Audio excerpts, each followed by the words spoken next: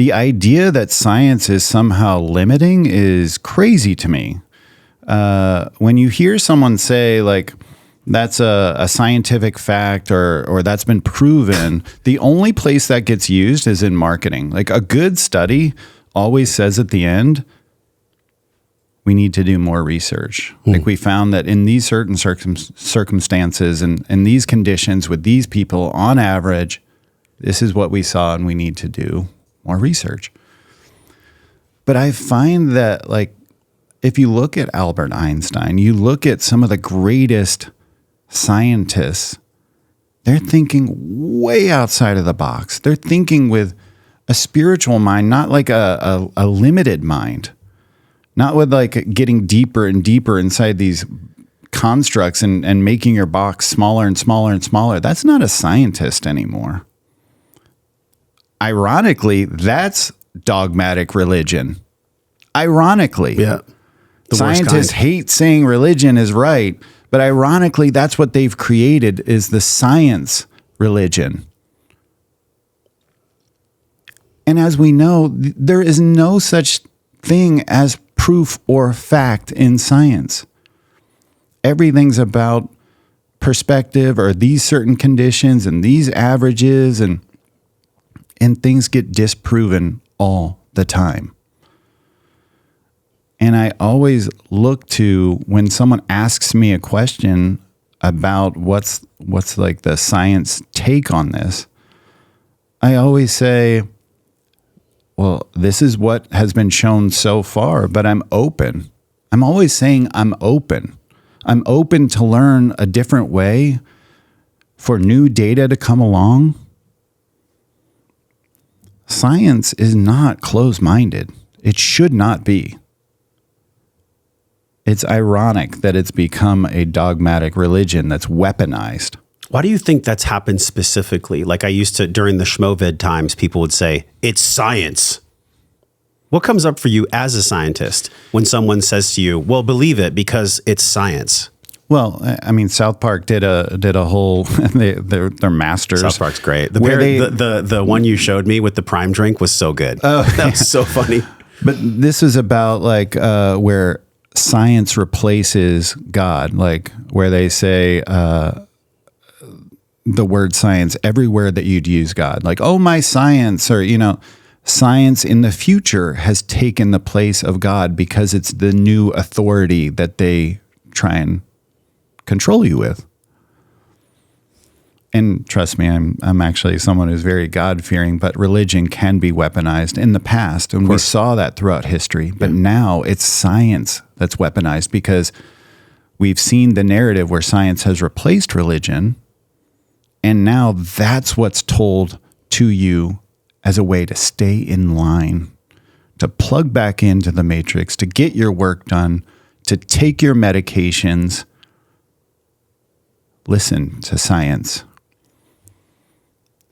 In any science that you see out there can be this direction or that direction. I can show you enough studies on any topic that will show in this light or in that light. So what science are we listening to? And who's telling us that science? And who funded that science? And who benefits from them telling us this science? Follow the money trail. Who benefits in terms of the power? And that's where the science is controlling us. And that's no longer true science to me. Science is meant to be empowering. Science is meant to be a journey. Science is meant to be open-ended. I believe like science is an art, like it's meant to be explored. And that we never, ever truly get an answer, just like really good religion should be in your life. It's a journey with no definitive beginning or end. And we get to explore and find what makes sense for us. That's science. Listen, Taylor, you can relate to this. We just had Paul Check in the studio, and he explained from a spiritual perspective what you just explained from a scientific perspective. Guess what? They're the same. They're literally the same. Totally. So when you divorce them When you bifurcate spirituality and God and science, you end up with the malady we have now. This is where we are. I'm not in any way celebrating it. It actually makes me quite sad, which is why this conversation can shift lives just by taking these two perspectives into place. There's a guy that I think you know, he's like one of the qualia formulators, Daniel Schmachtenberger. Mm-hmm.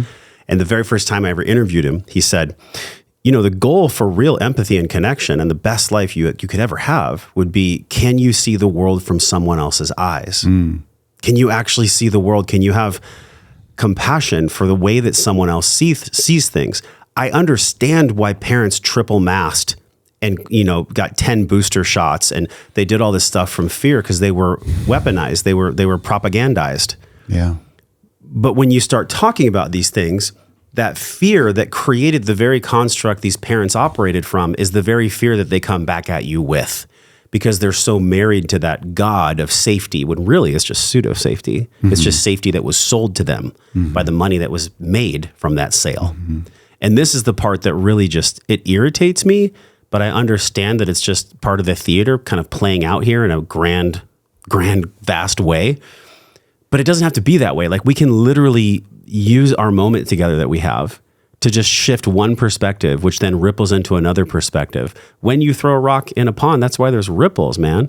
This conversation can ripple out into so many things. Because when you start at any one of the 5 sides, when you start with physical and you start eating well and you start playing, you start having an improvement in mental health, start anywhere. It's like, do the best with what you have wherever you start. Start on one of the 5 sides of yourself. That will lead to improvements on the others. I mean, it surely worked out for you that way. So there's no perfect formula for this. There's no perfect formula for this, but start somewhere, right? Start somewhere, and don't believe these lies that are sold to you that really you're just a monetization agent for. Yeah, no, it's perfect. Like, I definitely worked on nutrition and exercise and the biohacking supplements, but I was still hurting inside emotionally. But I was healthier. I was getting healthier. I was definitely in a better place than I was prior to those things. Could you see, looking back, could it be possible that as you started to take more care of your physical self, that it even gave you the capacity to look at your inner child? Totally. There's no way you could have done it, right? Totally. Have you seen this play out time and time again with peers, with people that write in about your products? I mean, everybody's looking for a quick change, right? But no change happens fast that's meaningful. It's true. I was listening to a podcast with Dr. Conover on peptides with Andrew Huberman, and he was talking about, like, it's really important with your patient to just get them feeling better, like work on like some simple things to get them feeling better. And then they might get to a place where they can, work on the exercise, work on the spiritual. If you can help them, give them the training wheels, if you can help them have a little bit more energy, less inflammation, less fatigue, less overwhelm. I mean, think about how overwhelm plays out when your psyche is in the state that it's in, right? Yes. If we can train ourselves, as we've been talking about, to get to more parasympathetic, if you're doing just simple things like grounding, like getting sunshine, breath work, taking a walk, saying I love you, getting some hugs in, taking that walk, taking a minute to breathe, taking a minute to slow down, unconnecting, disconnecting from the electronics. Now, there's a lot more that's possible when you're not in a state of overwhelm. In the body, physiologically, scientifically, it's called allostatic capacity. A lot of my book is about that. The stress bucket. Like, how much capacity do we have for stress? If the bucket is 1, small, 2, it's overflowing, you don't have much room to handle new things that come in. Yeah. And especially if you're the type of person that's always maxing out till that last little drop. And of course, things are going to come in randomly. There's going to be a death in the family. There's going to be a loss of a job. There's going to be a medical bill, or, your car is going to break down. There's going to be something when you're maxing everything out all the time. And there is no self-care. There is no parasympathetic. There is no down regulation of this ultra vigilance. And that's the idea, is get them feeling better, like help them decrease the stress and then increase the size of the stress bucket. the allostatic capacity. And that's done through hormesis. Like that's done through challenges, physiologically, mentally, spiritually. The idea of hormesis is going to hold up across all 5 of your categories. For people that have never heard hormesis, what is that exactly? Hormesis. It's going to be like a stressor that's going to elicit adaptation.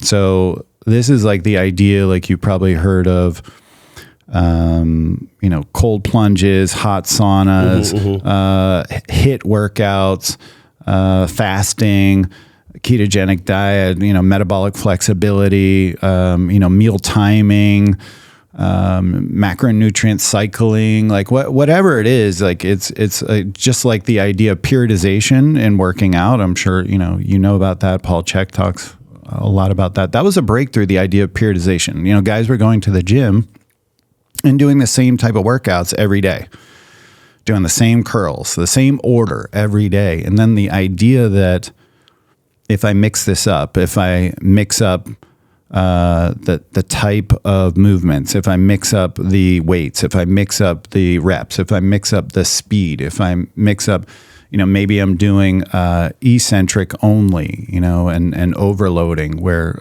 someone's helping me with the negatives, right? All of those kinds of things. Those are hormetic effects, like where that positive stress to a point is going to help you adapt. There's the bell curve. Again, this is in my book. This is the idea that there's a bell curve for the amount of stress that you can take on, right?